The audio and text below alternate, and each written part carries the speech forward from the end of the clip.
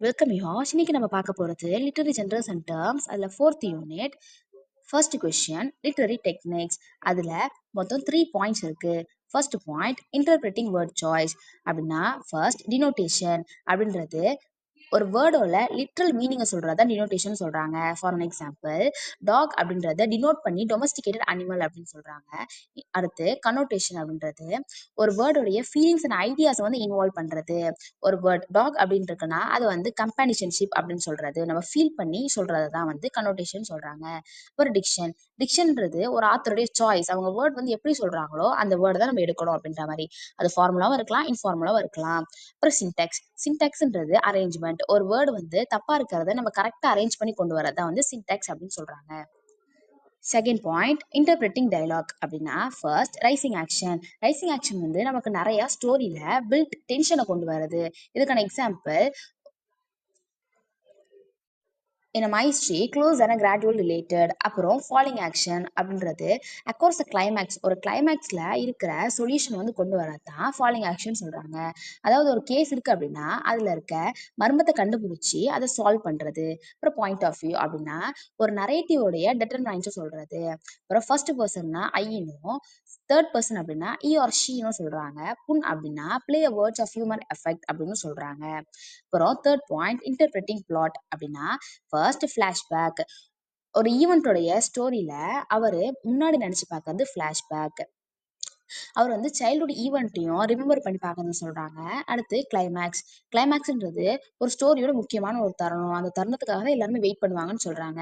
அது வந்து த்ரில்லராகவும் இருக்கலாம் அப்படின்னு சொல்றாங்க. எக்ஸ்போசிஷன் அப்படின்னா ஸ்டார்டிங்ல இருந்து என்னெல்லாம் அவங்க சொல்ல மறந்தாங்களோ லாஸ்ட் அதை எக்ஸ்ப்ளோர் பண்றது. அப்புறம் செட்டிங், அதாவது நம்ம எந்த இடத்துல வந்து ஸ்டோரி எடுக்கிறோமோ அந்த இடத்துல டைம் அண்ட் பிளேஸை வந்து கரெக்டாக செட் பண்றதை தான் செட்டிங்னு சொல்றாங்க. இதுக்கான எக்ஸாம்பிளுக்கு 19th century ஆஃப் லண்டன் அப்படின்னு சொல்றாங்க. அப்புறம் மோட்டிஃப்ன்றது நம்ம ஒரு சிம்பிளை பார்த்து அதுல என்ன சொல்ல வராங்க அப்படின்னு புரிஞ்சுக்கிறது. இது வந்து நிறைய நாவல்ஸ்லயும் இருக்கு அப்படின்னு சொல்றாங்க. அதே யூனிட்ல செகண்ட் கொஸ்டின், அதாவது நம்ம ஃபுல்லா பாயிண்ட் வைஸ் பார்த்தது, இப்போ ஒரு கொஸ்டினா பார்க்கலாம். அதுல ஃபர்ஸ்ட் வேர்ட் சாய்ஸ்ல மொத்தம் 4 டைப்ஸ் இருக்கு. டினோட்டேஷன், கனோட்டேஷன், டிக்ஷன் அண்ட் சின்டாக்ஸ். டினோட்டேஷன் அப்படின்னா அது வந்து லிட்ரல் மீனிங்கான வேர்டை வந்து டினோட் பண்ணுது. அதுக்கான எக்ஸாம்பிள் வந்து பிளேஸ் லீவ்ஸ் அப்படின்னு சொல்றத ஹோம் அப்படின்னு சொல்றாங்க. இது வந்து டிக்ஷனரியில டெஃபினிஷன் இருக்கும் ஆனா எமோஷன் இல்லாம இருக்கும் அப்படின்னு சொல்றாங்க. இது மூலியமா ரீடர் வந்து ஈஸியா அதை வந்து அண்டர்ஸ்டாண்ட் பண்ணிக்கலாம் அப்படின்னு சொல்றாங்க. அப்புறம் கனோட்டேஷன்ன்றது emotional and cultural association of word. இது வந்து ஹோம் அப்படின்னா என்ன, வார்ம்த் அண்ட் செக்யூரிட்டி அப்படின்னு சொல்லி நம்ம எமோஷனலா ஃபீல் பண்ணி சொல்றதை தான் கனோட்டேஷன் சொல்றாங்க.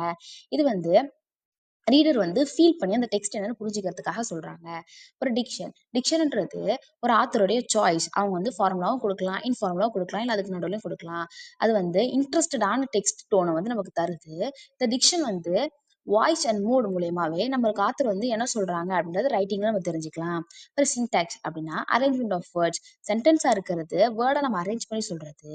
இது வந்து the cat sat on the mat அப்படின்றத on the mat sat the cat அப்படின்னு மாத்துறாங்க. இதுதான் வந்து சின்டெக்ஸ் அப்படின்னு சொல்றாங்க. இது வந்து ரீடருக்கு வந்து இம்பாக்ட்ஃபுல்லா இருக்கும் அப்படின்னு சொல்றாங்க.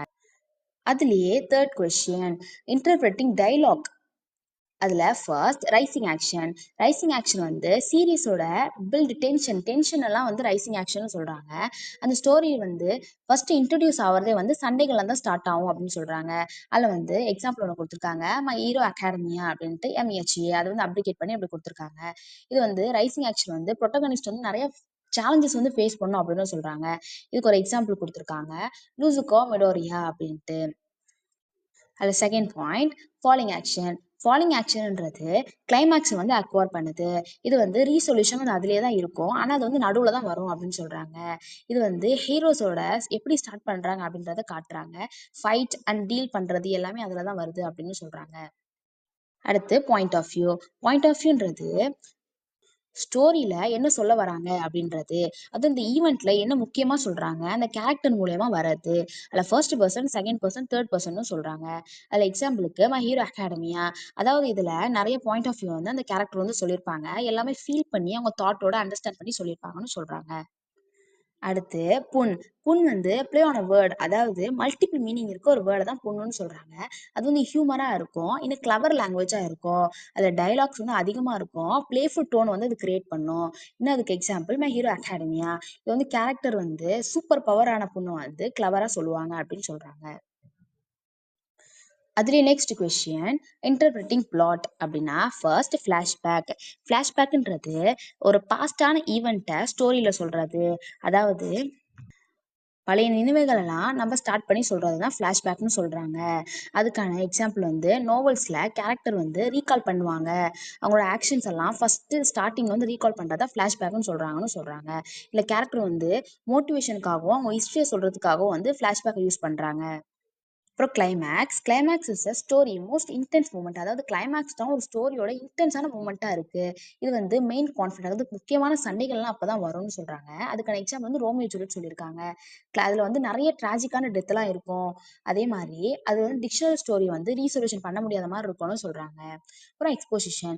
எக்ஸ்போசிஷன்ன்றது ஒரு செட்டிங்கை வந்து எக்ஸ்ப்ளோர் பண்ணுறது, அவங்க பண்ணி முடிச்சது எல்லாமே லாஸ்ட்டாக எக்ஸ்ப்ளோர் பண்ணுறது தான் வந்து எக்ஸ்போசிஷன் சொல்கிறாங்க. அப்புறம் செட்டிங். செட்டிங்னா பிளேஸ் ஆர் டைம் லாஸ்டா எந்த இடத்துல எடுக்கிறாங்களோ அதை வந்து செட் பண்ணி கரெக்டாக காட்டுறது தான் வந்து செட்டிங்னு சொல்கிறாங்க. அதுக்கான எக்ஸாம்பிள் வந்து to kill a mockingbird. அப்புறம் மோட்டிவ். மோட்டிவ்னா ரெக்யூரிங் எலமெண்ட், அதாவது ஒரு சிம்பிளை வச்சு அங்கே என்ன சொல்ல வராங்க அப்படின்னு புரிஞ்சுக்கிறது. அது வந்து தீமும் நமக்கு புரியும், யூனிஃபை நமக்கு புரியும். அதுக்கான எக்ஸாம்பிள் வந்து மோபி டிக் அப்படின்னு சொல்கிறாங்க. அதில் வந்து நிறைய சிம்பிள்ஸ் இருக்கும், அதில் வந்து சிம்பிள்ஸை பார்த்து நம்ம மீனிங் தெரிஞ்சுக்கலாம் அப்படின்னு சொல்கிறாங்க. Thank you. Thank you for watching this video. Subscribe for more videos.